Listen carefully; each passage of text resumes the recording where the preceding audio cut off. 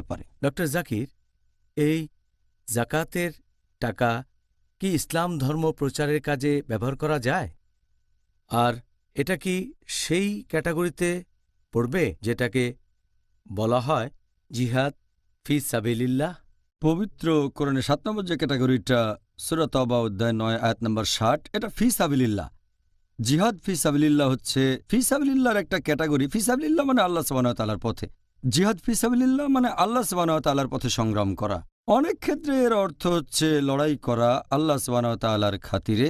তাহলে জাকাতের টাকা দিয়ে তাকে বেতন দেওয়া যায় যে আল্লাহ সুবহানাহু ওয়া তাআলার খাতিরে লড়াই করছে। এই টাকা দিয়ে অস্ত্র কেনা যায় যদি মুসলিমদের রক্ষা করতে যুদ্ধ করে থাকে। সামগ্রিকভাবে জিহাদ ফি সাবিলিল্লাহ মানে আল্লাহ তাআলার পথে সংগ্রাম করা, যে কোনো কিছু। তবে কোরআনে যে ক্যাটাগরি আছে সেটা ফি সাবিলিল্লাহ মানে আল্লাহ সুবহানাহু ওয়া তাআলার পথে। আর অবশ্যই এই ক্যাটাগরি অনুযায়ী ইসলাম প্রচারে জাকাতের টাকা ব্যবহার করা যায়।